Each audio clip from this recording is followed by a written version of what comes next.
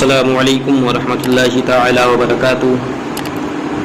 ہم نے جو کل ویڈیو بنائی تھی وہ ویڈیو نماز کے شرائط کے اوپر تھی، نماز میں کتنی چیزیں شرط ہیں اور کون کون سی چیزیں شرط ہیں۔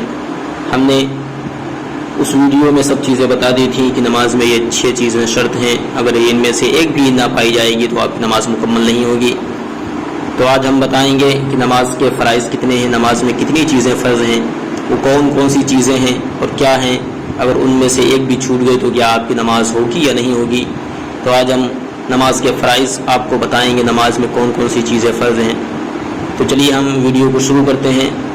اگر آپ ان چیزوں کو جاننا چاہتے ہیں، اگر آپ نماز اب صحیح طور پر ادا کرنا چاہتے ہیں کہ آپ کی نماز قابل قبول ہو، آپ کی نماز مکمل ادا ہو، تو ان 6 چیزوں پر ذرا دھیان دیں اور ان چیزوں پر عمل کرنے کی کوشش کریں۔ نماز میں 6 چیزیں فرض ہیں۔ اب نماز میں 6 چیزیں کون کون سی فرض ہیں ہم ایک ایک کر کے آپ کو بتائیں گے۔ سب سے پہلے جو نماز کے فرائض میں سے ہے، سب سے پہلے نماز کے فرائض میں سے جو پہلا فرض ہے وہ قیام ہے۔ اب قیام کا معنی ہوتا ہے، عربی میں کھڑے ہونے کا نام قیام ہے۔ اب قیام کہتے کسے ہیں؟ قیام نماز کے لیے جب انسان نیت کے وقت جب انسان کھڑا ہوتا ہے تو اس کو قیام کہا جاتا ہے۔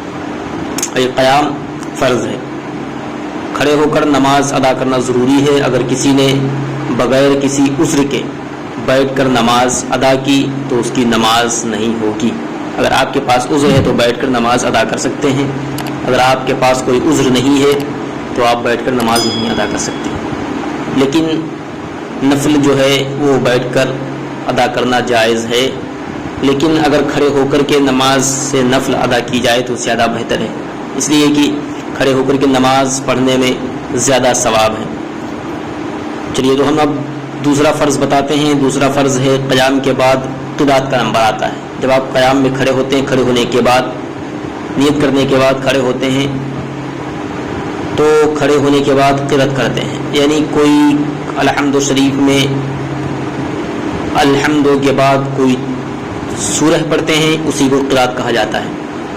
قرات کا مطلب یہ ہے کہ فرض کی دونوں رکعتوں میں اور وتر و نفل کی ہر رکعت میں قرآن شریف پڑھنا ضروری ہے۔ اگر کسی نے ان میں قرآن شریف نہ پڑھا تو نماز نہ ہوگی۔ تو قرات کا مطلب یہ ہے کہ الحمد کے بعد کوئی 3 آیت یا ایک چھوٹی سورت پڑھیں، جس کا پڑھنا ضروری ہے۔ اب تیسرا جو فرض ہے وہ تیسرا فرض یہ ہے رکوع۔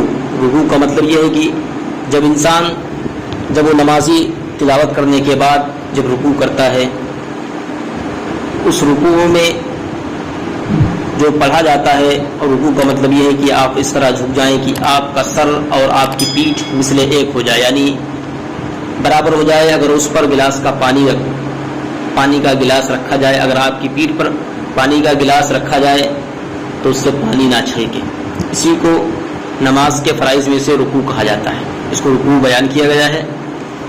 اب جو چوتھا فرض ہے وہ ہے سجدہ۔ اب سجدہ کیا ہے؟ رکوع کے بعد ہم جب سجدے میں جاتے ہیں اس کو سجدہ کہا جاتا ہے۔ اب سجدے میں آپ اس طرح اپنے سر کو زمین پر رکھیں کہ آپ کی پیشانی زمین سے چبھ جائے اور آپ کی ناک زمین میں لگ جائے۔ اور آپ کی ناک زمین میں نہیں لگتی تو آپ کی نماز نہیں ہوگی۔ اب سجدہ کے بعد قائد آخرہ کا نمبر آتا ہے۔ قائد آخرہ کا مطلب یہ ہے کہ آپ جب نماز 2 رکعت مکمل کرتے ہیں، مکمل کرنے کے بعد جب آپ 2 رکعت مکمل کرنے کے بعد جب آپ اتحیات کے لیے بیٹھتے ہیں، اس میں اتحیات پڑھتے ہیں، درود شریف پڑھتے ہیں، تو اسی کو قائد آخرہ کہتے ہیں۔ اگر آپ 4 رکعت والی نماز پڑھ رہے ہیں تو 2 رکعت پر قائد آخرہ کرنا آپ کو ضروری ہے۔ اس میں اتحیات پڑھتے ہیں اور نبی پر درود سلام پڑھتے ہیں۔ اور کہاں تک پڑھا جاتا ہے؟ اتحیات کے بعد ورسول تک پڑھنا آپ کے اوپر فرض ہے۔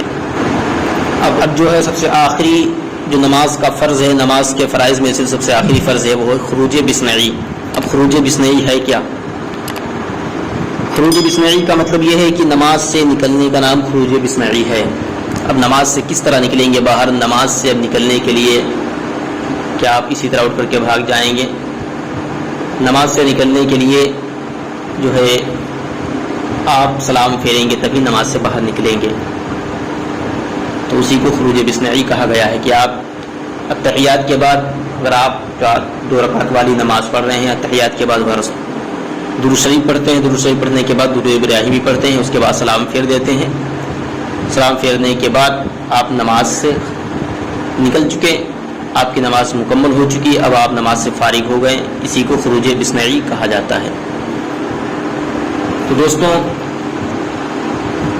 امید ہے کہ آپ کو ویڈیو اچھی لگی ہوگی۔